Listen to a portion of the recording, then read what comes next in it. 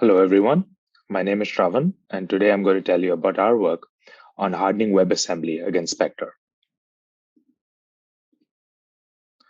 WebAssembly, or Wasm, is a platform-independent bytecode that is designed to run C or C++ in the browser.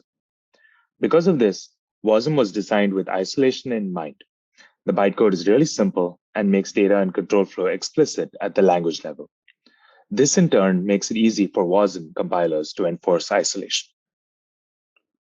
Really, Wasm is an IR for isolation. Indeed, Wasm is used in a wide variety of applications, even outside of the browser. For example, isolating untrusted libraries, isolating client code in function as a service platforms, frameworks for privacy-preserving computations, secure transfers, etc.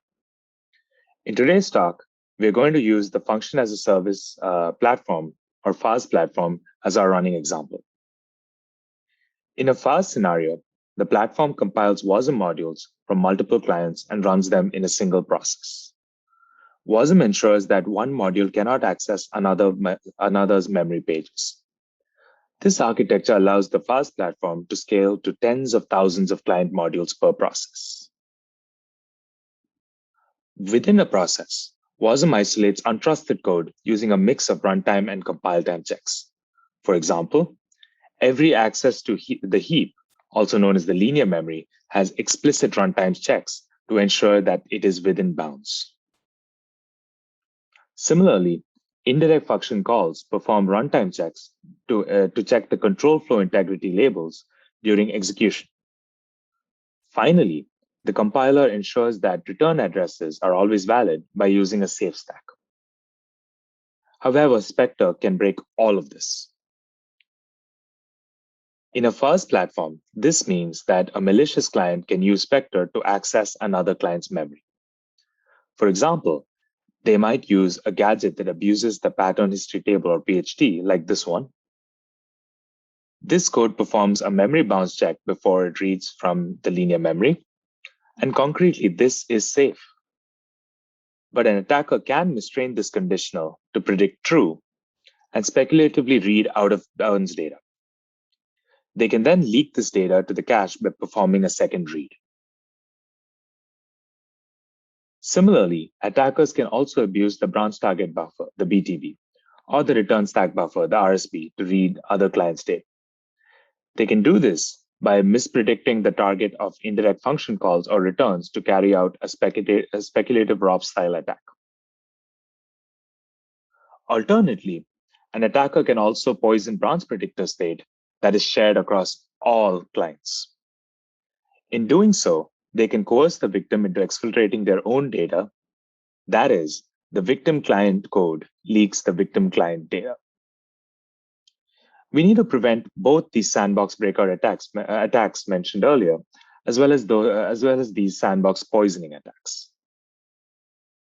We can, of course, prevent speculative execution attacks through careful use of fences.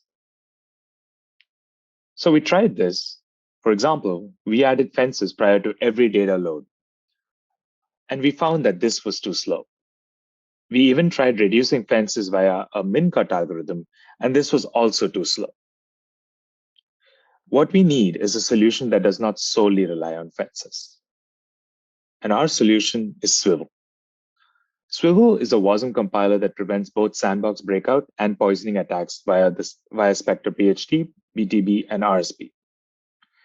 We implemented two backends for our Swivel compiler, Swivel-SFI, which enforces safety via software checks, and Swivel-CET, which leverages hardware extensions to safely allow SMT or hyperthreading. In the rest of this talk, we're going to focus on Swivel-SFI. The fundamental problem we have to address is that Wasm adds safety checks at the function granularity. This is safe because every memory access in every possible control flow is bounce checked. For example, the code on the right shows a load instruction, which is safe because we always execute function foo from the beginning. Unfortunately, this is not true for speculative control flow. Speculative execution may execute code directly starting at the load instruction, resulting in an out-of-bounds read. We need a new abstraction when compiling Wasm. In Swivel, this abstraction is linear blocks, an alternate to basic blocks. Linear blocks are instruction sequences like basic blocks, but end in a jump or call instruction, as shown in this example. Linear blocks perform all required safety checks in the same block and only transfer control to other linear blocks. In the example, we see the bounce check of the register reg_mem is in the same linear block as the memory access via this register. Finally, linear block checks themselves cannot include branches that would reintroduce Spectre issues. Instead, they must perform these via masking. Now, linear blocks automatically ensure that Spectre-PHT cannot be used to break out of the sandbox. Unfortunately, Spectre BTB and RSB can still violate linear block invariance and jump to the middle of a linear block. For Spectre BTB, linear blocks do ensure that BTB predictions always target linear blocks. However, the BTB may not be empty when we first enter the sandbox. To address this, we always flush the BTB before entering the sandbox. Similarly, for Spectre RSB, linear blocks always ensure that the RSB predictions target linear blocks.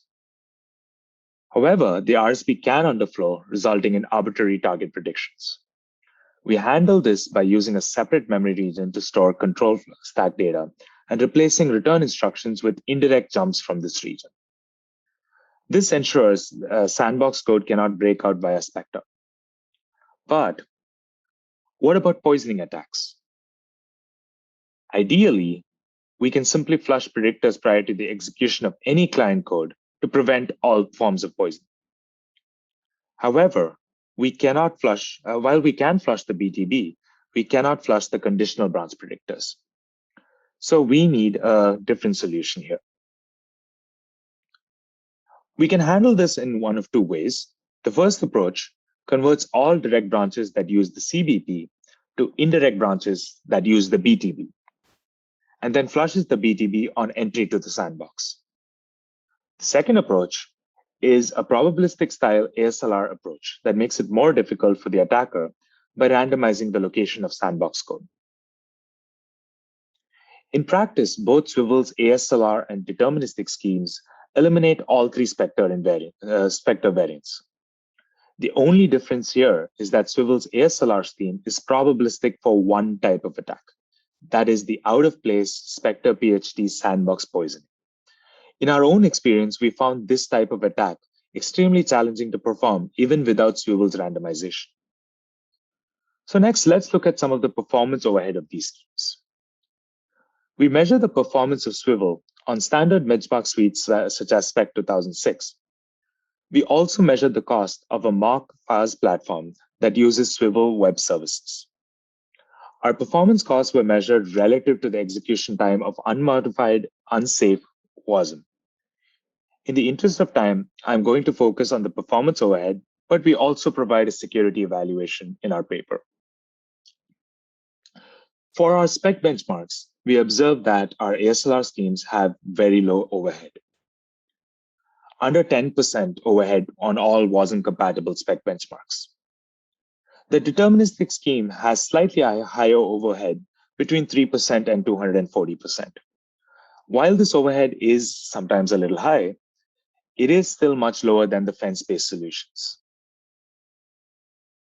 In our FAS platform benchmark, we evaluate the performance of different workloads such as converting XML to JSON, rendering HTML, and image classification.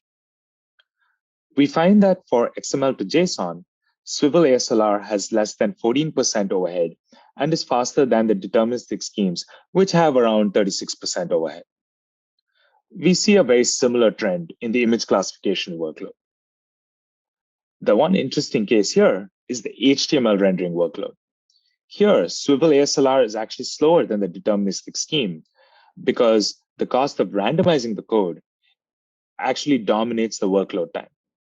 However, the deterministic scheme still offers a reasonable overhead of under 40% here. In summary, Swivel is a compiler that hardens Wasm against Spectre. Our compiler has two backends, one using software checks and the other using hardware extensions. Both leverage the abstraction of linear blocks, which we believe is valuable even beyond Wasm. Thank you, and I'm happy to take any questions.